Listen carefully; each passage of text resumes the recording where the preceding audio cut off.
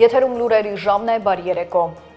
Եվ այսպես կտրիչ Ներսիսյանը վաղուց է զրկվել սանից, նա պարզապես մի մարդ է, որն իր նման սանի զրկված մի խումբ մարդկանց հետ զավթել է մայրաթոռը։ Վարչապետն է հայտարարել ազգային ժողովում։ Նիկոլ Փաշինյանը վստահեցնում է, որ կառավարությունը հակամարտության մեջ չէ հայ առաքելական եկեղեցու հետ, այլ նրանց հետ, ովքեր պղծում են այն։ Ինչ վերաբերում է սանից զրկելուն, ապա սանից զրկված մարդը չի կարող ուրիշին զրկել սանից։ Կտրիչ Ներսիսյանը զրկված է սանից ամուրիության ուխտը խախտելու համար։ Ինչպես նա կարող է որևէ մեկին զրկել սանից, թող նա հանրությանը բացատրի, թե որտեղից ունի կին ու երեխաներ, եզրափակել է Նիկոլ Փաշինյանը։ Վարչապետն անդրադարձել է նաև Գյումրիի քաղաքապետի մասնակցությամբ ձայնագրությանը, որը ներկայացրել էր հակակոռուպցիոն կոմիտեն։ Գիտեք, կարգալույծը չի կարող կարգալույծ անել։ Կտրիչ Ներսիսյանը ինքը կարգալույծ է, որ իր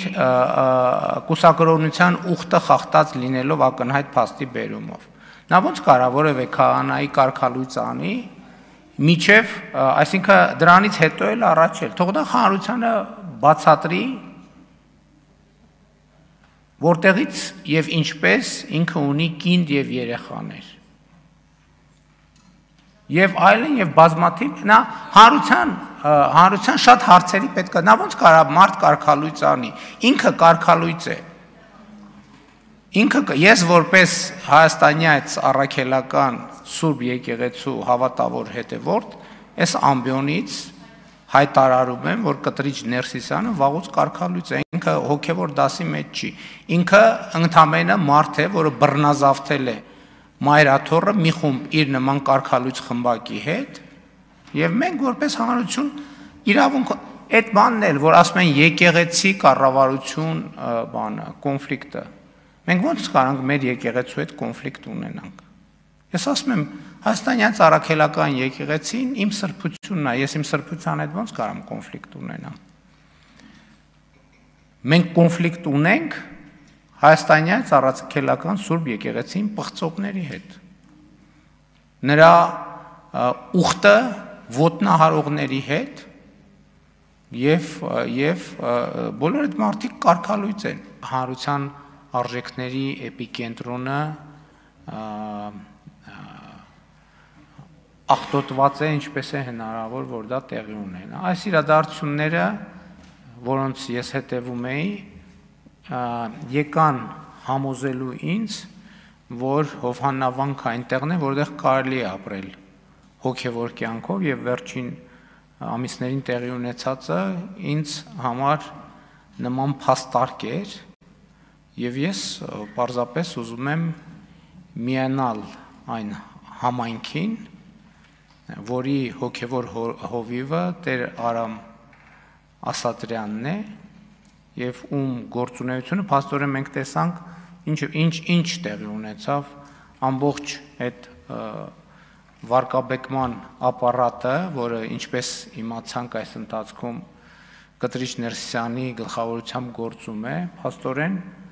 չկարողացավ որևէ կերպ վարկաբեկել Տեր Արամ Ասատրյանի հոգևոր գործունեությունը եւ դա հիմնավորում է, որ այն մարդիկ, ովքեր ուզում են հոգևոր կյանքով ապրել, կարող են Հովհաննավանքում հոգևոր կյանքով ապրել։ Մի ժամանակ ինձ պաշտոնապես մեղադրում էին հոգեխանգարմունք առաջացնելու մեջ, հիմա էլ բանա կարող է տենց բան վարկած առաջանա, որ ես բանից այս ամբիոնից բան եմ անում, հոգեխանգարում եմ, որ մարդիկ գնան բան անեն, կաշառք վերցնեն, ինչ մեկնաբանում, այսինքն հիմա YouTube-ի link կարամ տամ, ուրիշ բան չեմ կարող անեմ։ Այնտեղ որտեղ YouTube-ի link-ը չկա, այնտեղ շահարկում լինելու է։ Ես առաջարկում եմ, որ այնտեղ որտեղ շահարկում կա, YouTube-ի link-ը դնել։ Ընդամենը դա հիմա էլա բանա, իսկ վարկած կա, որ դա, չգիտեմ, արհեստական ինտելեկտով, ոնց կա, էդ էլ կա։ Համեն դեպս գիտեք, ես ընդհանրապես այդտեղ մեկնաբանելու բան չեմ բան անում, տեսնում, որովհետև կարծեմ նախորդ անգամ հարց ու պատասխաններից մեկին ընդդիմության հետ, որ ասում էին, բան մամուլում էսա գրվում, մամուլում, ես ասում եմ, որ մամուլի հայտարարություններով լներ, քաղաքական հայտարարություններով լներ, հիմա ձեր լիդերներից շատերին շատ բան էին արել։ Այսինքն հիմա էլ եմ ասում, YouTube-ի link բոլոր հարցերի պատասխանը։ Շնորհակալություն։ Հեղափոխությունից անմիջապես հետո որոշ մարդիկ կարծում էին, որ կարող են դառնալ Նիկոլ Փաշինյանի անձնական օլիգարխներն ու տեղական քրեական ներկայացուցիչները։ Ազգային ժողովի նախագահը լրագրողների հետ զրույցում շատ փակագծեր չի բացել, բայց անդրադառնալով որոշ գործիչների նշել է, որ նրանք այդ պահին այլախոհ չէին։ Ալեն Սիմոնյանի խոսքով բազմաթիվ նախկին բարձրաստիճան պաշտոնյաներ եւ նախարարներ իրենց ծառայություններն են առաջարկել իշխանությանը։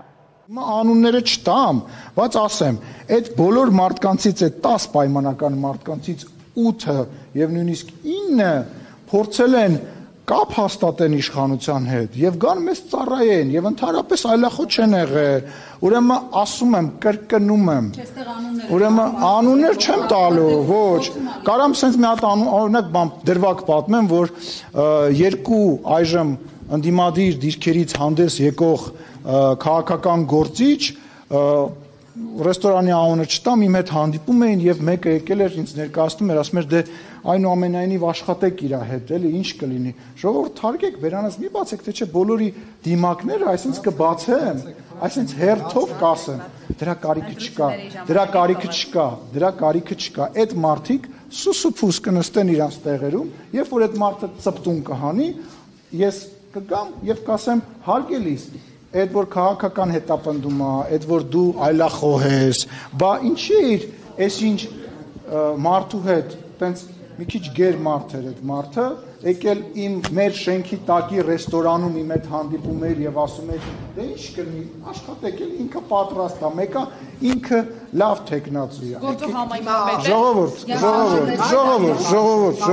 ժողովուրդ, եկեք բերանս մի բացեք, ուրեմն նախկին իշխանությունների ներկայացուցիչներ, հենց հեղափոխությունը եղավ, մենք մի հետաքրքիր բանի ենք ականատես եղել, որ ինչ որ մարդիկ մտածում էին, որ իրանք պետքա գան լինեն Նիկոլ Փաշինյանի անձնական օլիգարխները, անձնական կրիմինալները տարածքում։ Այդտենց փորձեր 2018 թվականի առաջի օրվանից եղել, ասեմ ավելի Դուք ես հեղափոխությունից հետո թեխի ես խոսակցությունը բացվեց չգիտեմ հեղափոխությունից հետո 18 թվականին որոշ չպատմեմ այդտենց ուրեմն 18 թվականին ես ինչ որ մի բան նախագահականում էի երբ որ վարչապետը ընդդեմ ամենասկզբի մասին էր խոսքը դուք պետքա տեսնեք ինչքան նախկին պաշտոնյաներ նախարարներ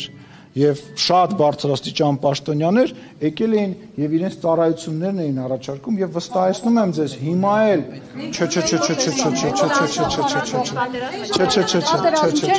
Փաշինյանը Արցախը չէր ճանաչել տեսեք ուրեմն դրա այդ շարքը այդ շարասյունը այդ մարդկանց եղելա կա ու լինելու է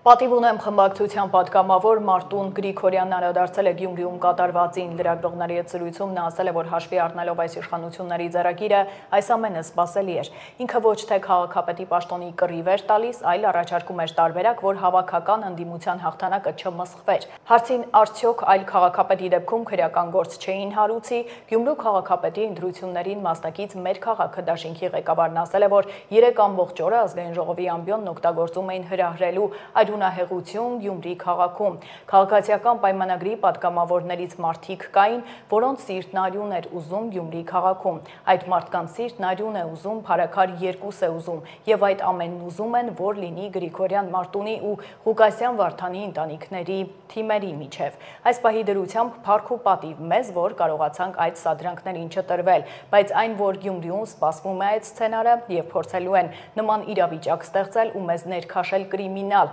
վենդետայի ու նման բաների մեջ հստակ երևում է, ասել է նա։ Քրեական գործի մասին խնդիրը չէ, յուրաքանչյուրի վրա է, չեղած տեղից տեսնում եք, երեք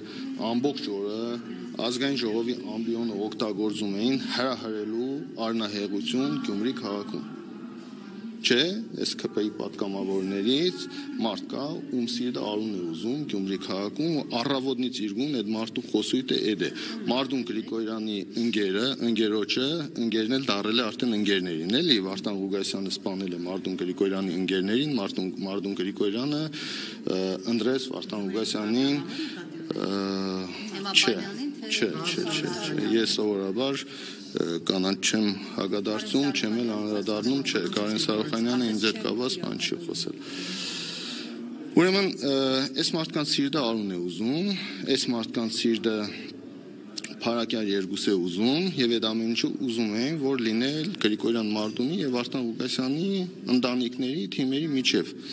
Այս պայթերությամբ փառք ու պատիվ մեզ որ կարողացանք այդ սադրանքներին չտրվել, բայց այն որ Գյումրիում սպասվում է իմ կնահատմամբ այդ սցենարը եւ փորձելու են Գյումրիում ինչ որ իրավիճակներ ստեղծել եւ մեզ քաշել կրիմինալ վենդետայի, չգիտեմ ինչ նմանատիպ բաների մեջ, հստակ երևում է, չէ՞, հստակ երևում է ազգային ժողովի բարձրագույն ամբիոնից, համար 1 ամբիոնից երկրի հայտարարվում է Մարդուն Գրիգորյանը գնաց ցայն տվեց։ Այս պարագայում սա ինչ է նշանակում, եթե ոչ հրահրել արնահեղության, եթե ոչ ու այս ծերագիրը եղել է այն օրվանից հետո, երբ որ ես հայտարարել եմ եւ ապրիլի 3-ին իմ հայտարարությունը կա, փաստ կա, որը ոչ մի տողի համար չեմ փոշմանել, ոչ մի ասածի համար, ես տեր եմ իմ ասածին,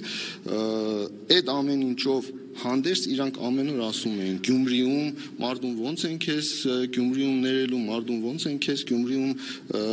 ընկալելու, բա քավորը, բա սանիկը, բա ընկերոջ ընտանիքը, մյուսը Իշխող խմբակցությունից արձագանքել են պատիվ ունեմ խմբակցության պատգամավորի ճեպազրույցին Վահագն Ալեքսանյանը հայտարարությունները խնդրահարույց է որակել, դիմել նրան ու ասել, որ արյուն ուզողն այստեղ իրենք չեն։ Գյումրիի ամենաաղմկահարույց սպանությունները կատարվել են այն ժամանակ, երբ Վարդան Ղուգասյանը եղել է քաղաքապետ, երբ նրա կլանն այդ քաղաքում եղել է իշխանություն։ Ու սա իմանալով դուք գնացել ու ընտրել եք Վարդան Ղուգասյանին, ասել է Ալեքսանյանը։ Վարդան Ղուգասյանը կամ իր կլանը սպանելա ձեր ընկերներին, դուք նրան քվե եք տվել։ Ասում եմ, բայց դա չի նշանակում, որ ես արյուն եմ ուզում։ Հակառակը, դա նշանակում է, որ ես արյուն չեմ ուզում։ Դուք ինձնից լավ գիտեք, որ Գյումրիի ամենաաղմկահարույց սպանությունները, բոլոր, գրեթե բոլոր, այն բոլոր դեպքերը, որոնց մասին գիտենք, սպանությունները, արյունը, ամեն ինչը, թափվել այն ժամանակ, երբ որ Վարդան Ղուգասյանը եղել է քաղաքապետ։ Բոլորն անխտիր, երբ որ իր կլանը այդ քաղաքում եղել է իշխանություն։ Ու սա իմանալով դուք գնացել ընտրել եք Վարդան Ղուգասյանին։ Արյուն ուզող մարդը, պարոն Գրիգորյան, այս պայմաններում մենք չենք։ Դուք եք ընտրել Վարդան Ղուգասյանին, Վարդան Ղուգասյանին, Վարդանիկին, որին դուք ինքներդ եք մեղադրել այդ սպանությունների մեջ, որին ձեր ընտանիքը, ձեր ընկերներն են մեղադրել այդ սպանությունների մեջ։ Հիմա ասում եք ԿՊ-ն արյուն է ուզում։ Ո՞նց ենք արյուն ուզում։ Մեզ մեղադրում եք, ասում եք դուք ուզում եք Վարդանիկի միջոցով իշխանություն տանեք Գյումրիում, բայց դուք եք գնացել Վարդան Ղուգասյանին, Վարդանիկին ընտրել քաղաքապետ։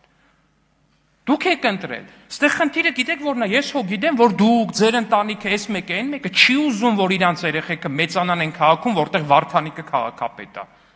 Ու դուք այդ երկընտրանքի առաջ կանգնած եք եղել, այո, պարոն Գրիգորյան, ես գիտեմ։ Այդ երկընտրանքի մի կողմում եղել է Սերժը Սարգսյան, մյուս կողմում եղել է Գյումրին,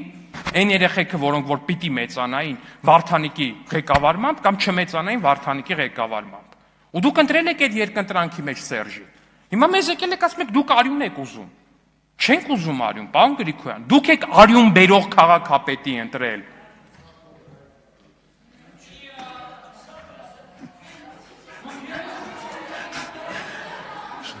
Ես կարծում եմ պարոն Գրիգորյանը ուղղակի հումոր էր անում, որտեղ այլ կերպ ընկալել ասվածը հնարավոր չէ։ Արդյոք փաստը, որ Ղազախստանից ցորեն է գալու Հայաստան Ադրբեջանի տարածքով լավ է թե վատ։ Պատգամավորներն օրակարգից շեղվել են, ընդդիմությանը հարց է ուղղել ազգային ժողովի փոխնախագահը։ Վաշինգտոնի օգոստոսի 8-ի հռչակագիրը ընդդիմությունը եւ Հայաստան խմբակցությունը եւ պատիվ ունեմը եւ իրենց հետ աֆիլիացված քաղաքական ուժերը այդ պայմանավորվածությունը ուղղված գլխավոր քննադատությունը հետեւյալն էր. Սա միակողմանի զիջում է Ադրբեջանը հնարավորություն է ստանալու Հայաստանի տարածքով տրանզիտ իրականացնել, Հայաստանը ստանալու է ոչինչ։ Օրինակ հիշում եմ Քոչյանի ասուլիսը, այնտեղ ասում էր, այս ամեն ինչը ինչ իմաստ ունի, եթե Հայաստանը դեպի Իրան եւ Ռուսաստան չի ստանալու կապ։ Չգիտես ինչից էր վերցրել, որ չի ստանալու։ Հիմա բայց այս միակողմանի զիջելը ո՞նց է արտահայտվում։ Նենց որ առաջինը դեպի Հայաստան կարողանում ենք Ղազախստանից ցորեն ներկրել, հա։ Դա միակողմանի զիջում է մեր կողմից։ Ընդ որում խնդիրը միայն ցորենը չի, կամ խնդիրը միայն Ղազախստանից բան ներկրելը չի։ Հարցն է, որ վերջապես մենք ունենում ենք աղբյուրների դիվերսիֆիկացիա։ Եվ ես կարծում եմ երեկվա հայտարարվածը եւ տեղի ունենալիքը իրապես հեղափոխական բան է։ Մի բան էլ ասեմ։ Ընդդիմադիր լրատվամիջոցները սիրում են ցանկացած արտահայտություն Ադրբեջանից հնչող, որը ապակառուցողական է, տիրաժավորել։ Նորմալ է, լավ են անում, որովհետև իրոք նման հայտարարությունները ապակառուցողական հնչում են մերթ եւ մամուլն ճիշտ է անում, հրապարակում է դրանք։ Բայց օրինակ երեք հետաքրքիր հայտարարություն է հնչել Ադրբեջանից, ես գրեթե ոչ միտեղ չեմ հանդիպել դա։ Ոչ էլ հանդիպել եմ ընդդիմադիրների էջերում։ Բազմա երեք Ադրբեջանի նախագահն ասել է, որ սա այսինքն, որ Ադրբեջանը հանել է սահմանափակումը դեպի Հայաստան բեռ տարանցելու, եւս մեկ ապացույց է, որ խաղաղությունը ոչ միայն թղթի վրա է, այլ նաեւ իրականությունում։ Հիմա ինչի հերթով չեք գալիս, դուք սիրում եք, չէ՞, Ալիևին ցիտեք։ Հերթով եկեք ցիտեք։ Շարունակենք, վաղաշաբաթում մեկնարկել է ավականու ընտրությունների նախընտրական քարոզարշավը, մասնակցում է 8 քաղաքական ուժ, հաղթանակ դաշինքը, համահայկական ճակատը, Հանրապետություն, Մայր Հայաստան, Ազատ դեմոկրատներ, Ժառանգություն, Քաղաքացիական պայմանագիր եւ Հայրենիք կուսակցությունը։ Հայրենիք կուսակցության նախագահ Արթուր Վանեցյանը լրագրողների հետ զրույցում ասել է, որ իրենց նպատակն է վարչապետին զրկել իշխանությունից, խոսել է նաեւ ընդդիմադիր համայնքապետին կալանավորելու մասին, դա անօրինական համարել։ Բոլորս էլ պետք է ասենք, որ հաղթելու ենք, բայց մենք ունենք ավելի կարևոր նպատակ։ Իմ նպատակը վերջին առնվազն 5-6 տարին մեկն է՝ ազատվել այս իշխանություններից, ԿՊ-ին իշխանազրկել, եւ սա այն քայլերից է, որը մենք պետք է անենք վաղ շաբաթում, եւ ես վստահ եմ, որ նոյեմբերի 16-ին մենք փաստելու ենք, որ ԿՊ-ն չկարողացավ վաղ շաբաթում վերցնել իշխանությունը։ Սա ենթադրում է, որ անգամ եթե միանձնահա չհաջողվի ձևավորել իշխանություն, կհամագործակցեք այլ ուժերի։ Միանշանակ ցանկացած ընդդիմադիր ուժի հետ մենք պատրաստ ենք համագործակցել, դա մենք միշտ ենք ասել, բաց ենք համագործակցության համար, բայց մենք ամեն ինչ անելու ենք, որպեսզի առավելագույն ձայներ ստանանք, ու ես վստահ եմ մեր թիմի վրա, մեր աշխատանքի վրա, ու այդ ձայները անպայման վաղարշաբաթից մենք խնդրելու ենք եւ կարծում եմ ստանանք։ Վաղարշաբաթի ընտրությունները պետք է դիտարկել մի քիչ ավելի լայն սպեկտրով, որովհետեւ վերջի ժամանակահատվածում, երբ հարձակում է իրականացվում հայ առաքելական Սուրբ եկեղեցու վրա, իսկ Էջմիածինը մեր հոգևոր մայրաքաղաքն է ողջայության, մենք պետք է այդ տեսանկյունից նաև նայենք եւ հասկանանք եւ աղարշապացին Էջմիածինցին պետք է իր հստակ խոսքը ասի, որ այն իշխանությունը, որը սկսել է գործել ընդդեմ հայ առաքելական Սուրբ եկեղեցու, չի կարող իշխանություն ձևավորել հոգևոր մայրաքաղաքում։ Մայր Հայաստան կուսակցության քարոզարշավը մեկնարկել է անմար կրակի մոտից երթով, ցուցակը ղեկավարող Գրիշա Հարությունյանը մեծ զրույցում հայտնել է, որ գնում են հաղթանակի, բացառում են գործակցությունը ԿՊ-ի կամ նրանց սատարող ուժերի հետ։ Համայնքում բազմաթիվ խնդիրներ կան, որոնք վստահեցնում են, որ կլուծեն իշխանության գալու դեպքում։ Պարոն Հարությունյան, այսօրվանից մեկնարկում է նախընտրական քարոզարշավը վաղաշաբաթ խոշորացված համայնքում, ինչպես եք մեկնարկում։ Քարոզարշավը մեկնարկում ենք, ուրեմն մենք ծրագրում ունենք, որ շրջելու ենք ամբողջ վաղաշաբաթ համայնքում, Էջմիածին քաղաքում, Ոսկեհատ գյուղում եւ Խոյ խոշորացված համայնքում, շրջելու ենք բակ առ բակ, փողոց առ փողոց, շփվելու ենք մեր բնակիչների հետ, ներկայացնելու ենք մեր ծրագրերը եւ հուսանք, որ ժողովուրդը ճիշտ որոշում կկայացնի իր քվեով։ 8 քաղաքական ուժ է առաջադրված, ինչպիսի ընտրական գործընթաց է կանխատեսում։ Ուրեմն ընտրական գործընթացը մեր մոտ շատ ամեն ինչ նորմալ է, մենք գնալու ենք օրենքի սահմանում, մենք ոչ մի խնդիր չենք տեսնում ոչ մեկի հետ, մեր քարոզարշավը կազմակերպելու ենք շատ լավ ու շփվելու ենք մեր բնակիչների հետ։ Մենք այն ընդդիմադիր ուժերի հետ, որոնք ընդդիմադիր դաշտում են, միանշանակ չենք բացառում մեր համագործակցությունը։ Իսկ այն ուժերը, որոնք որ սատարում են քաղաքացիական պայմանագրին, մեր համար կարմիր գիծ է։ Հակակոռուպցիոն դատարանում շարունակվել է երրորդ նախագահ Սերժ Սարգսյանի գործով դատական հերթական նիստը։ Հիշեցնեմ, Սերժ Սարգսյանը մեղադրվում է 20 տարվա վաղեմության մի գործի համար, որը նա կնքել է պաշտպանության նախարար եղած տարիներին։ Խոսքն Իսակովի պողոտային եւ Եռաբլուր զինվորական պանթեոնի հարակից հողատարածքների ապօրինի օտարման մասին է։ Նիստից հետո Սերժ Սարգսյանը կարճ պատասխանել է լրագրողների հարցերին։ Եկեղեցու դեմ կարող է աշխատ ձեռնարկել մարդ, ով ունի հոգեկան խնդիրներ կամ լծված է ամբողջովին չարությամբ կամ էլ կատարում է թշնամու հանձնարարություններ։ Ինչ վերաբերում է Վեհապար Հայրապետին, ապա ես վստահ եմ, որ նա հաստատակամ է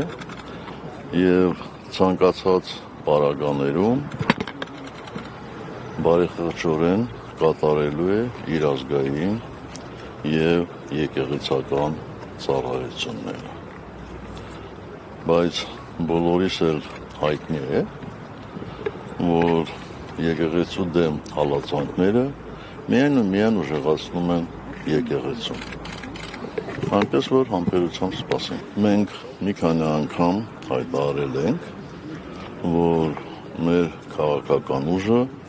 ամբողջովին կանգնած է Վեհապար Հայրապետի մեր եկեղեցու կողքին եւ մեր գործողությունները մշտապես պայմանավորված են լինելու Վեհապար Հայրապետի հորդորով։ Հենց Վեհապար Հայրապետը կես բառ ասի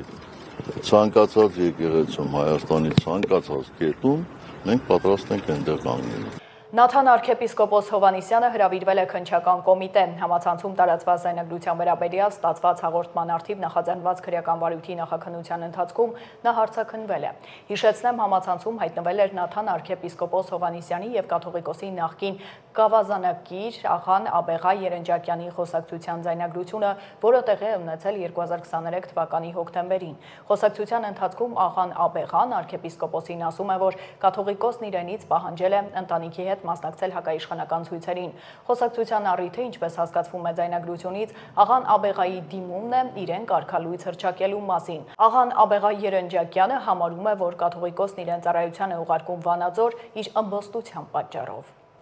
Այժմ մի քանի լուր աշխարհից Եվրամիությունը վճռական աջակցություն է հայտնել Ադրբեջան-Հայաստան խաղաղության գործընթացի վերջին զարգացումներին, ասել է Հարավային Կովկասում հատուկ ներկայացուցիչ Մագդալենա Գրոնոն։ Շատ են ողջևորված Հայաստան-Ադրբեջան խաղաղության գործընթացում վերջին դրական քայլերից, այդ թվում Ադրբեջանի տարածքով Հայաստանի համար ապրանքների տարանցման սահմանափակումների վերացման մասին հայտարարությամբ, գրել է Գրոնոն X-ի էջում։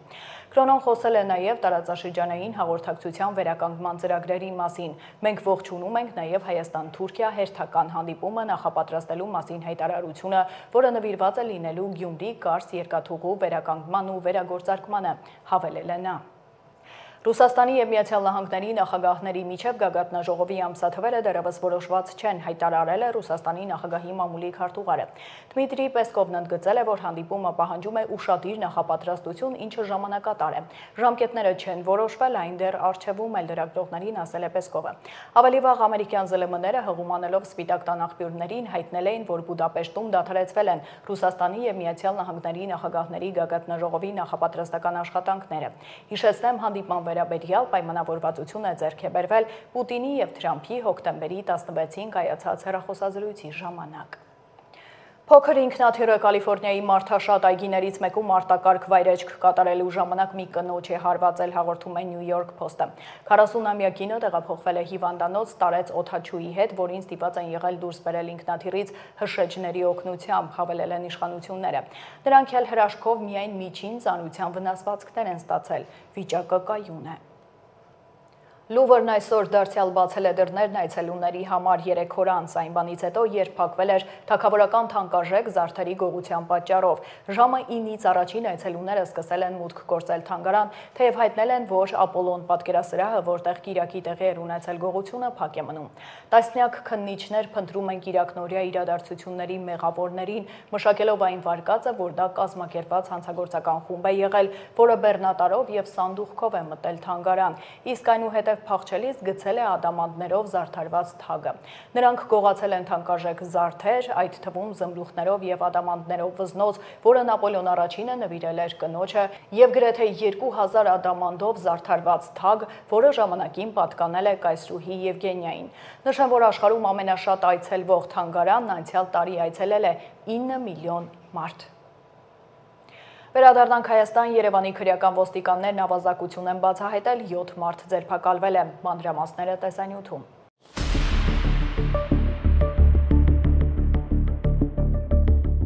Հոկտեմբերի 10-ին ժամը 4:40-ին ոստիկանության օպերատիվ կառավարման կենտրոն ստացվել է ահազանգ, որ Երևանի Քեռու փողոցում գտնվող հյուրանոցում, որտեղ վարձակալական հիմունքներով բնակվում են օտարերկրյա քաղաքացիներ, դիմակավորված անձինք են մուտք գործել տարբեր սենյակներ։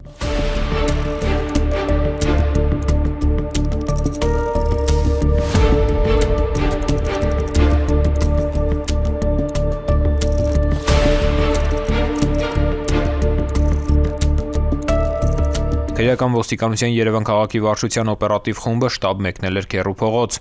Պարզեցին, որ ժամը 4:20-ի սահմաններում անհայտ անձինք ոստիկանության համազգեստով եւ դիմակներով մուտք են գործել հյուրանոցի տարբեր սենյակներ, որտեղ զենքի սպառնալիքով կապկպել են այդտեղ գտնվող անձանցից ոմանց եւ նրանցից հափշտակել գումար ու բջջային հեռախոսներ, որից հետո դիմել են փախուստի։ Արաբկիր վարչական շրջանի քննչական բաժնում նախաձեռնվեց քրեական վարույթ բնակարան ապօրինի մուտք գործելով ավազակության հատկանիշներով։ Քրեական ոստիկանության Երևան քաղաքի վարչության սեփականության դեմ ուղղված հանցագործությունների դեմ պայքարի բաժնի աշխատակիցները դեպքի վայրին հարակից տարածքում հայտնաբերեցին բջջային 4 հեռախոս, պնևմատիկ ատրճանակ, դիմակներ ու ձեռնոցներ։ Ենթադրեցին, որ հանցանք կատարած անձինք փախուստի ճանապարհին դիտավորությամբ նետել են դիմակները եւ ձեռնոցները, իսկ հափշտակված հեռախոսների մի մասը եւ նրանց մոտ արկա զենքը իրենց կամքից անկախ հանգամանքներում վայր են գցել, քանի որ հեռանալու ճանապարհը անցնում էր կտրուկ վայրեջքով։ Օպերատիվ հետախուզական հետագա միջոցառումները ձեռնարկվեցին քրեական ոստիկանության գլխավոր վարչության ծառայողների հետ։ Պարզվեց, որ ավազակությունը կատարած 9 տղամարդկանցից մեկը Մայրաքաղաքի Ֆրիկի փողոցի բնակիչ է 41 տարեկան, իսկ մյուսները օտարերկրացիներ։ Հետագա համատեղ միջոցառման շնորհիվ հոկտեմբերի 10-ի երեկոյան երևանցին հայտնաբերվեց ու ձերբակալվեց։ Հաջորդ օրն առավոտյան ձերբակալվեցին նաև 38-ամյա հասակակից օտարերկրացիներ։ Հանցակ կատարած մյուս անձանց հայտնաբերելու նպատակով համագործակցեցին քրեական ոստիկանության գլխավոր վարչության Սյունիքի մարզային վարչության ծառայողների հետ, ինչի արդյունքում հոկտեմբերի 11-ին 6:30-ի սահմաններում հանցակ կատարած անձանցից 4-ը հայտնաբերվեցին Մեղրի անցակետում, ինչպես նաև դեռևս շարունակում են միջոցառումները հանցակ կատարած մյուս 2 անձանց հայտնաբերելու ուղղությամբ։ Ձերբակալվածները ներկայացվել են նախաքննական մարմին, նրանց խոզարկությամբ հայտնաբերվել են գողոն հանդիսացող իրեր, պլանշետներ, բջջային հեռախոսներ եւ գումար։ Ձեռնարկվում են միջոցառումներ դեպքի բոլոր հանգամանքները պարզելու ուղղությամբ։ Ծանուցում ենթադրյալ հանցանքի մեջ կասկածվողը կամ մեղադրվողը համարվում է անմեղ, քանի դեռ նրա մեղավորությունը ապացուցված չէ Հայաստանի Հանրապետության քրեական դատավարության օրենսգրքով սահմանված կարգով, դատարանի օրինական ուժի մեջ մտած դատավճռով։ Կոնսերվատորիայի այգին վերջապես անցել է Երևանի քաղաքապետարանի լիազորության ներքո։ Տիգրան Ավինյանը տեսանյութ է հրապարակել, տեղեկացնելով, որ այգին վերակենդանացվում է մեծ թափով։ Սիրելի երևանցիներ, մենք գտնվում ենք կոնսերվատորիայի այգում, որը այս երկուշաբթի օրը երկար դատական պրոցեսներից հետո վերադարձավ Երևանի քաղաքապետարանի։ Եվ այստեղ այսօր սկսել ենք լայնամասշտաբ բարեկարգման աշխատանքներ, իրականացնում ենք մաքրում, վերացնում ենք բոլոր չորացած ծառերը եւ նախապատրաստում ենք հաջորդ տարվա համար մեծ ծառատունկի եւ բարեկարգման աշխատանքների։ Այգին տևական ժամանակ գտնվում էր անխնամ վիճակում եւ հաշվի առնելով, որ դատական գործընթացներ կային, Երևանի քաղաքապետարանը չէր կարողանում ամբողջ ծավալով իր աշխատանքներն իրականացնել։ Հիմա այսօր դուք էլ կարող եք տեսնել, թե ինչ մեծ թափով է գնում այգու վերակենդանացման, վերափոխման աշխատանքները եւ հուսով եմ, որ նույնիսկ այս տարի դուք կհասցնեք լինել հենց այս այգում եւ կնկատեք ինչքան արագ է փոխվում մեր սիրելի այգին։